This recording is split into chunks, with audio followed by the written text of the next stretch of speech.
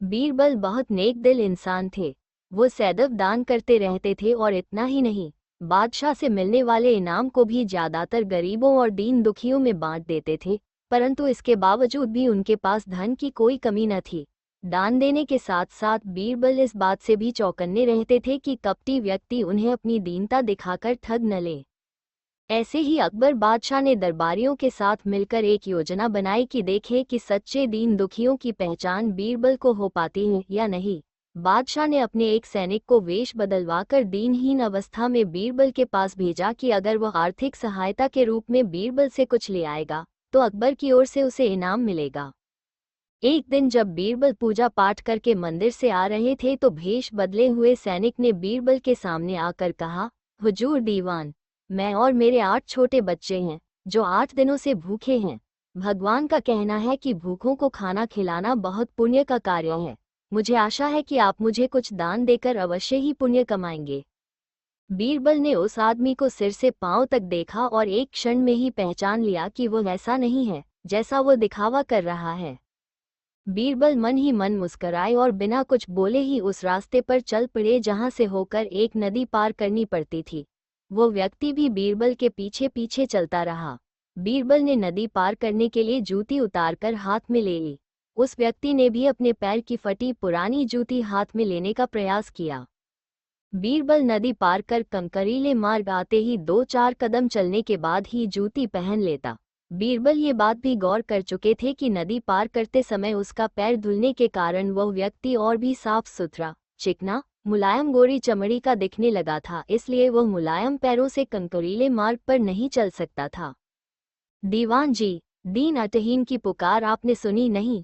पीछे आ रहे व्यक्ति ने कहा। बीरबल बोले, जो मुझे पापी बनाए मैं उसकी पुकार कैसे सुन सकता हूँ? क्या कहा? क्या आप मेरी सहायता करके पापी बन जाएंगे? हाँ, वो इसलिए कि शास्त्रों में लिखा है कि बच्चे का जन्म होने से पहले ही भगवान उसके भोजन का प्रबंध करते हुए उसकी माँ के स्तनों में दूध दे देता है, उसके लिए भोजन की व्यवस्था भी कर देता है। ये भी कहा जाता है कि भगवान इंसान को भूखा उठाता है पर भूखा सुलाता नहीं है। इन सब बातों के बाद भी तुम अपने आप को 8 दिन से भूखा कह रहे हो। इन सब स्थितियों को देखते हुए यही समझना चाहिए कि भगवान तुमसे रुष्ट हैं और वह तुम्हें और तुम्हारे परिवार को भूखा रखना चाहते हैं, लेकिन मैं उसका सेवक हूँ। अगर मैं तुम्हारा पेट भर दूं तो ईश्वर मुझ पर रुष्ट होगा ही। मैं ईश्वर के विरुद्ध नहीं जा सकता। न बाबा ना, मैं तुम्हें भोजन नहीं करा सकता, क्योंकि यह सब कोई पापी ही कर सकता है। बीरबल का ये जवाब सुनकर वह चला गया।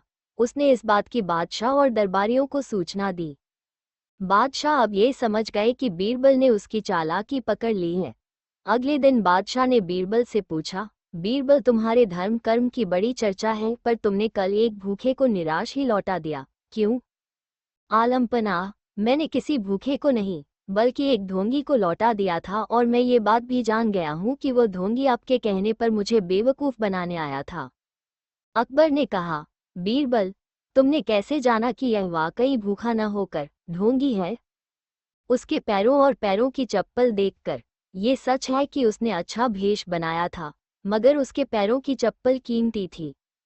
बीरबल ने आगे कहा, माना कि चप्पल उसे भीख में मिल सकती थी, पर उसके कोमल मुलायम पैर तो भीख में नहीं मिले थे, इसलिए कंक की गड़न सहन न कर सके। इतना कहकर बीरबल ने बताया कि किस प्रकार उसने उस मनुष्य की परीक्षा लेकर जान लिया कि उसे नंगे पैर चलने की भी आदत नहीं। वो दरिद्र नहीं बल्कि किसी अच्छे कुल का खाता कमाता पुरुष है। बादशाह बोले, क्यों न हो, वह मेरा खास सैनिक है। फिर बहुत प्रसन्न होकर बोले, सचमुच बीरबल, माँ बदौलत तुमसे बहुत खुश हुए। तुम्हें धोखा देना आसान काम नहीं है। बादशाह के साथ साजिश में शामिल हुए सभी दरबारियों के चेहरे बुझ गए।